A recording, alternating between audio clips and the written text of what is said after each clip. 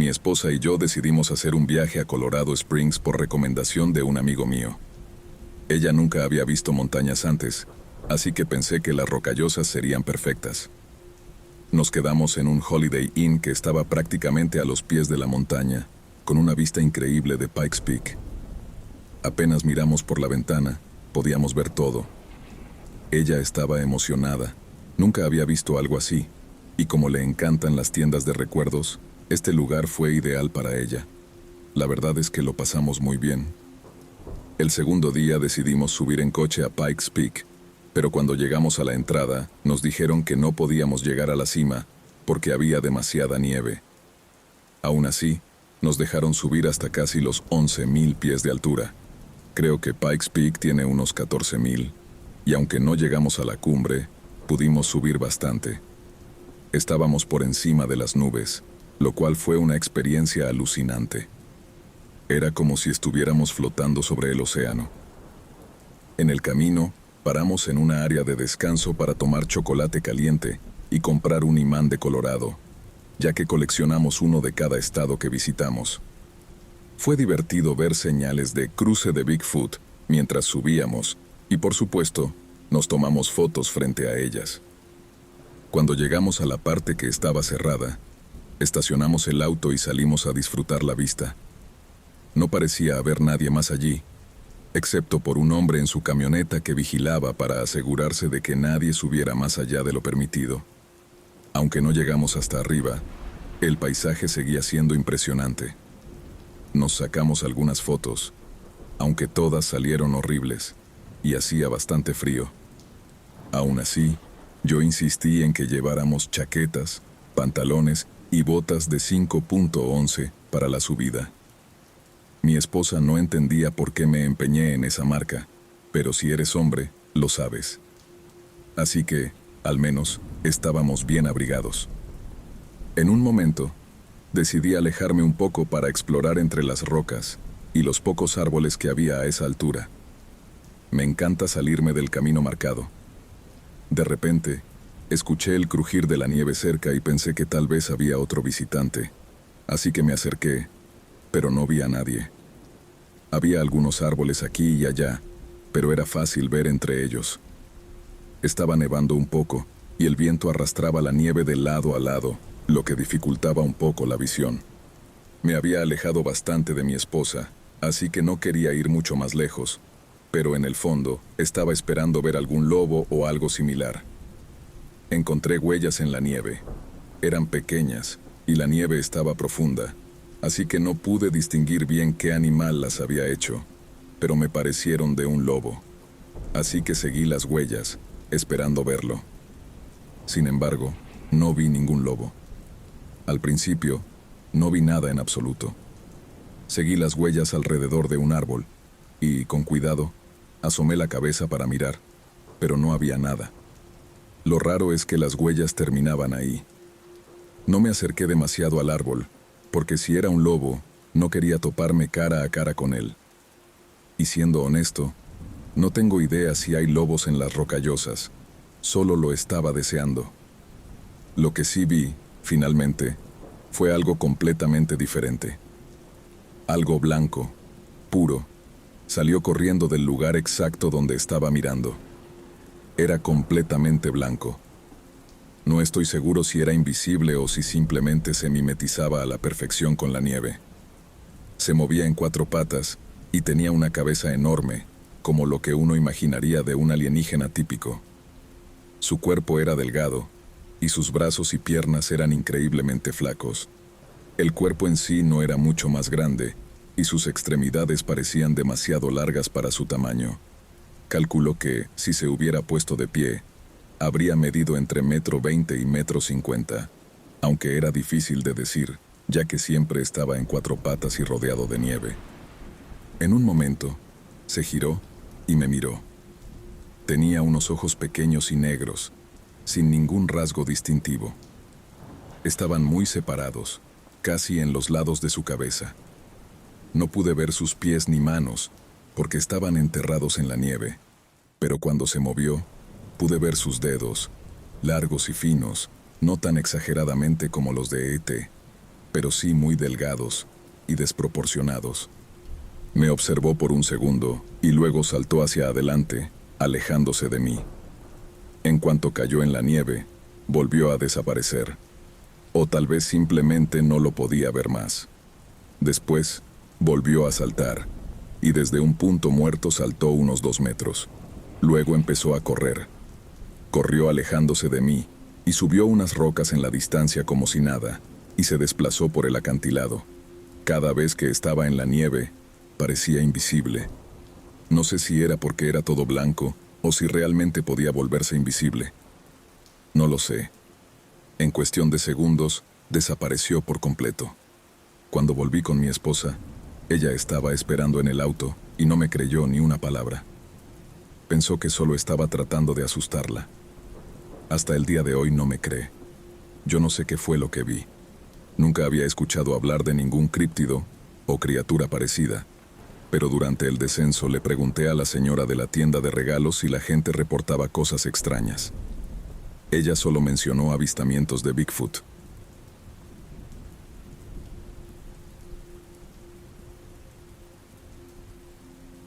Mi esposa y yo decidimos hacer un viaje a Colorado Springs por recomendación de un amigo mío.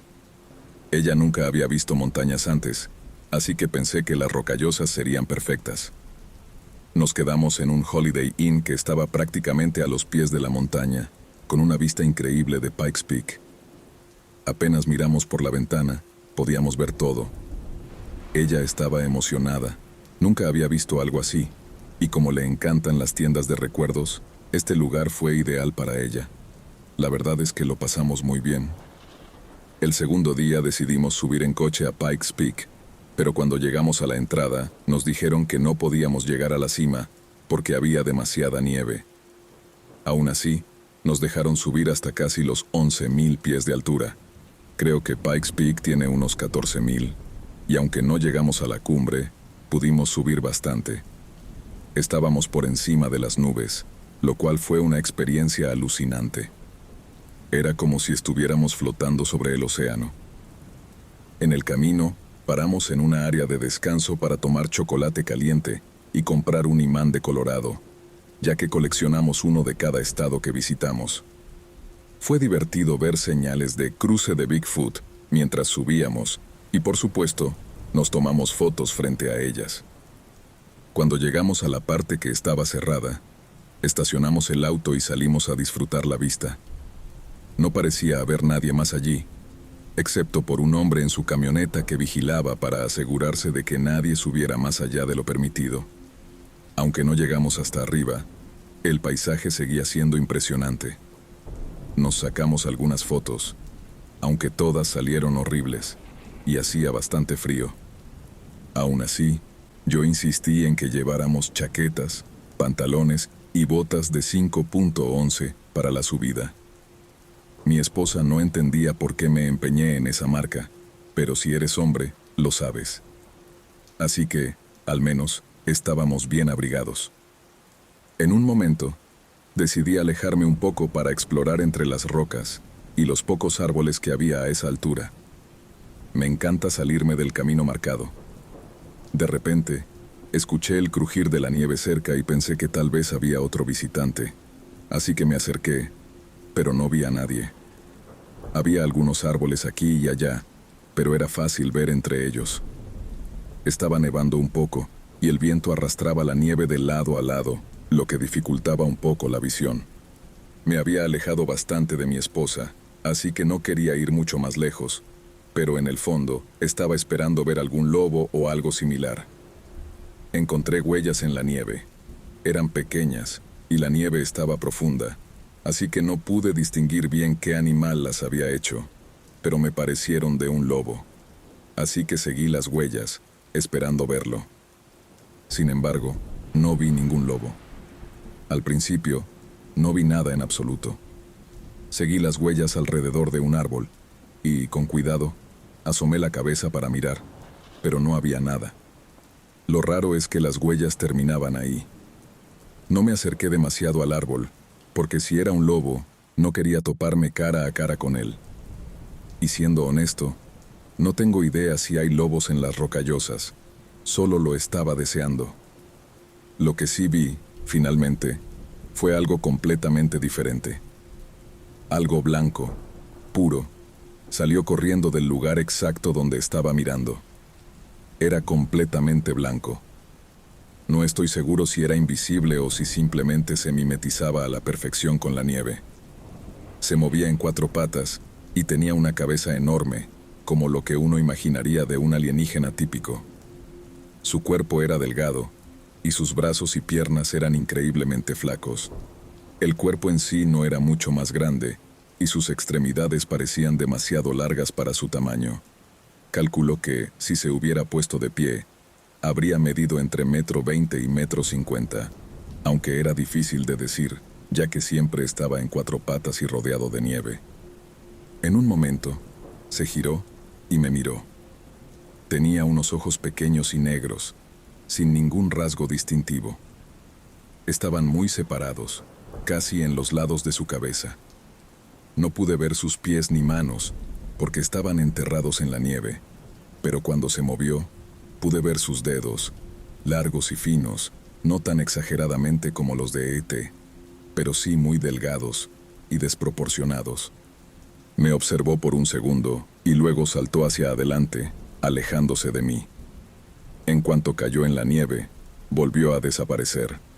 O tal vez simplemente no lo podía ver más. Después, volvió a saltar, y desde un punto muerto saltó unos 2 metros. Luego empezó a correr. Corrió alejándose de mí, y subió unas rocas en la distancia como si nada, y se desplazó por el acantilado. Cada vez que estaba en la nieve, parecía invisible.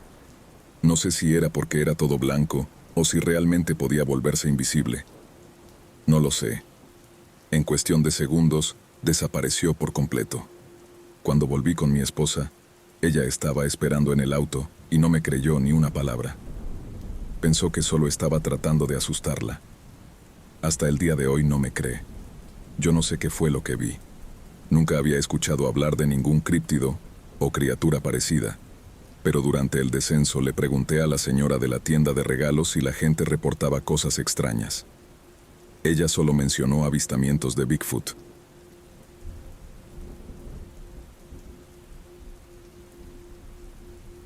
Siempre me han interesado las leyendas urbanas, las historias de miedo, los monstruos, los críptidos, todo ese tipo de cosas.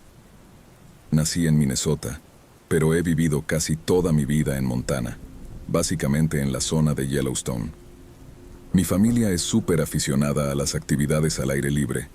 Acampamos, hacemos senderismo, caza, pesca, todo eso. Somos como el prototipo de familia amante de la naturaleza. Somos habituales en Yellowstone, Glacier y toda la zona de las montañas rocosas. Cuando viajamos para acampar fuera del estado, normalmente no vamos muy lejos, a Idaho, Wyoming o Colorado. Últimamente, nos hemos encariñado con la zona de Island Park, en Idaho. No sé exactamente por qué, probablemente por la pesca, el campamento y las rutas para vehículos todoterreno. Aunque, siendo honestos, solo llevamos yendo allí un par de años. En este tiempo ya he acumulado bastantes historias sobre Island Park que podría contar. Hay cosas raras por ahí, y aunque no sé mucho sobre la historia del lugar, si alguien sabe algo, me encantaría que lo comentara. Para los que nunca han oído hablar de Island Park, aquí va una breve explicación. En mi opinión, es uno de los lugares más extraños del noroeste. Es raro porque, aunque se le llama ciudad, es básicamente una carretera larga que atraviesa el Bosque Nacional de Targhee.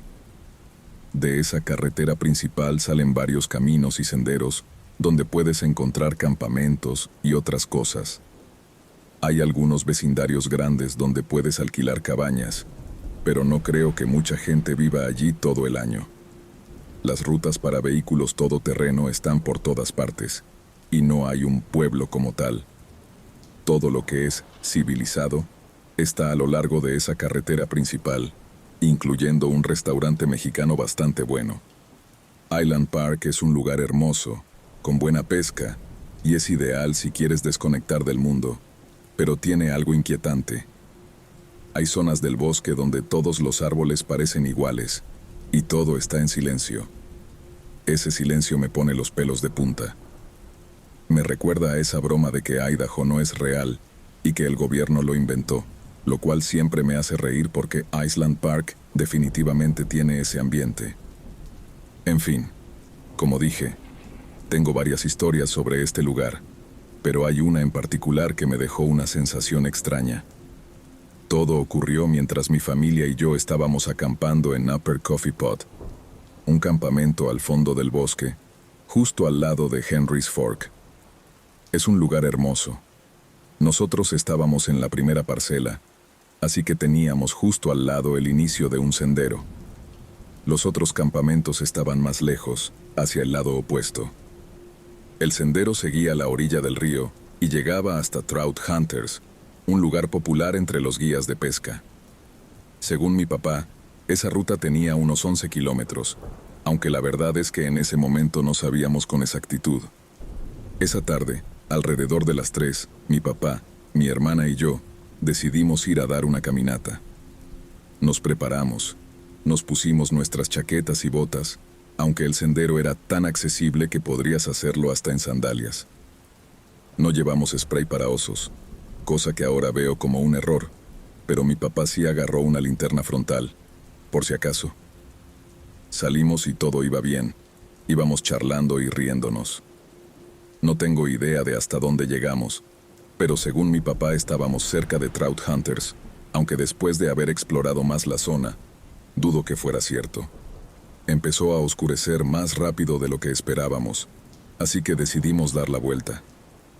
Nada raro había pasado hasta ese punto, pero todos sabemos que no es buena idea estar a kilómetros de la civilización sin protección, y con solo una linterna.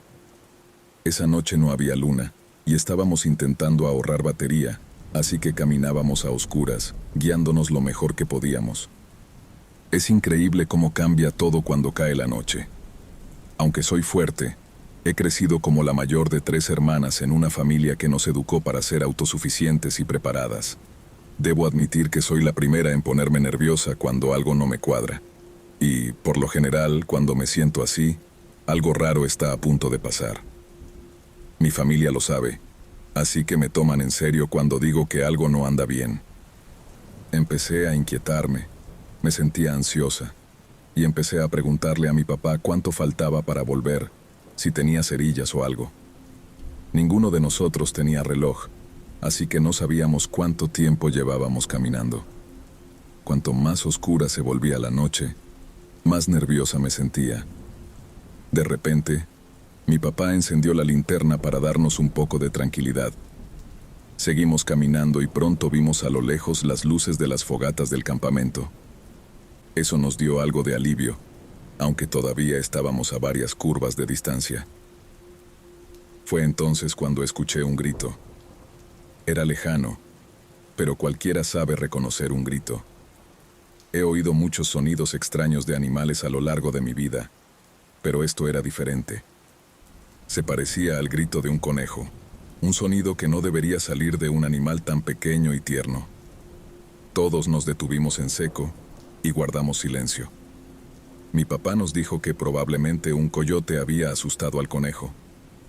Asentí, pero no podía sacudirme esa sensación de incomodidad. Avanzamos un poco más y de repente me congelé. Sentí una oleada de terror puro, algo que no puedo describir bien. Y entonces lo escuché. Un sonido extraño, como un susurro bajo, seguido de un ruido en las ramas y algo que podría describir como una risa.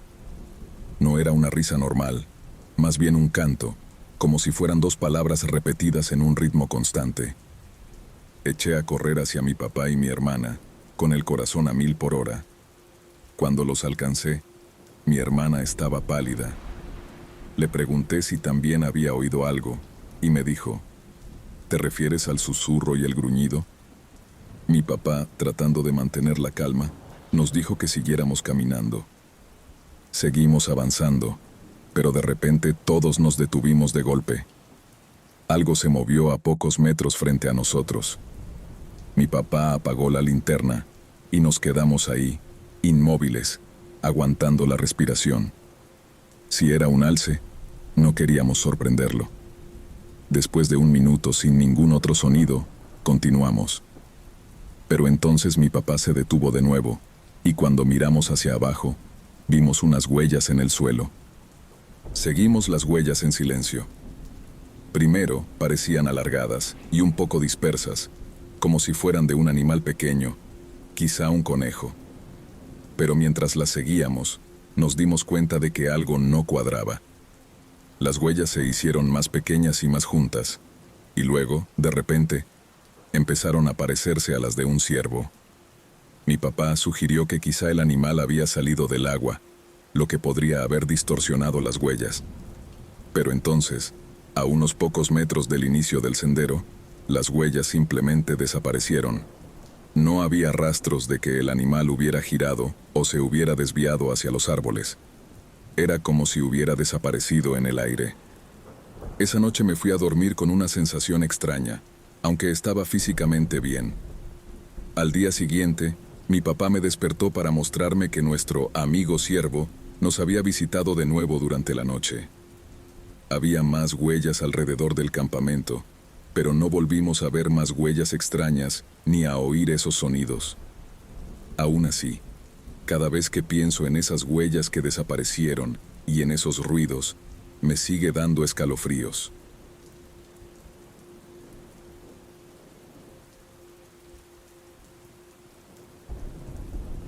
He tenido varias experiencias que podrían parecer paranormales a lo largo de mi vida, aunque nunca nada que haya podido confirmar al 100%. Siempre he sido de mente abierta, pero hay una que se destaca más que las demás. Fue en un viaje a Colorado en 2014, cuando mi esposo y yo nos quedamos en un Airbnb en las colinas de Golden, una ciudad pequeña y hermosa en las montañas rocosas de Colorado. Golden tiene una historia antigua, fundada durante la fiebre del oro de Pikes Peak en 1859. No estoy segura de qué tan vieja era la casa donde nos quedamos, pero no parecía muy antigua. Lo que sí es que estaba ubicada justo encima de una línea de ferrocarril que daba la impresión de haber estado allí por siglos. La zona estaba rodeada de acantilados rocosos con vegetación y había unas cuantas casas dispersas por los alrededores. Explorando un poco cerca de la propiedad, encontramos objetos raros esparcidos entre las rocas, justo abajo en el camino. No los toqué, pero sí tomé algunas fotos. Pensé que tenía más, pero al revisar solo encontré unas cuantas que debo haber olvidado borrar. Pasamos una semana allí y la casa era preciosa, con vistas impresionantes. En general, no sentí nada raro en cuanto a la vibra del lugar, aunque me pareció curioso que casi no tuviera persianas en las ventanas. Las casas estaban lo suficientemente alejadas unas de otras como para que no fuera necesario, pero de vez en cuando, durante el día, tenía la extraña sensación de que alguien estaba mirando desde afuera. Aún así, no se sentía inquietante, solo raro. Pero la última noche que pasamos allí, todo cambió. Mi esposo se quedó dormido en el sofá, agotado por el mal de altura. Yo estaba a unos 3 o 4 metros, empacando nuestras cosas para el vuelo que teníamos al día siguiente. Mientras doblaba una camiseta, sentí de repente lo que parecía ser una mano deslizándose suavemente debajo de mi brazo derecho, como si alguien estuviera a punto de abrazarme. No fue algo brusco ni amenazante, más bien juguetón, pero lo suficiente como para que saltara del susto. Inmediatamente pensé que era mi esposo quien había querido asustarme, así que me di la vuelta rápido, pero él seguía en el sofá, completamente dormido, sin haberse movido ni un centímetro. Me quedé helada por un momento y lo desperté. Me senté a su lado y le conté exactamente lo que acababa de pasar. Me miró medio confundido y dijo algo como: «Yo nunca hago eso, ¿verdad?». Y claro, le respondí que no, para nada. A pesar de que fue un momento breve, se sintió muy real. No puedo explicarlo, pero me dejó una sensación de vulnerabilidad que no había sentido antes. Y aunque no fue algo aterrador, definitivamente me hizo pensar que ese lugar guardaba algo que no podíamos ver.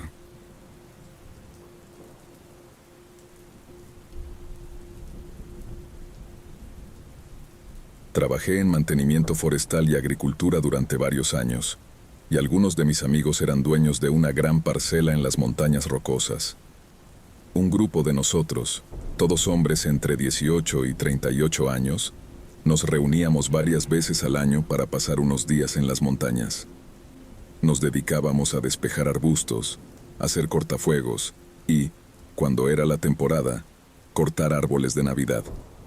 Esta vez era principios de primavera, y nuestro equipo de 9 personas, a bordo de 3 vehículos todoterreno, estábamos a unos 2.800 metros de altura. Había una cantidad significativa de nieve en el suelo y, después de un largo día de trabajo, nos dirigíamos de vuelta al campamento.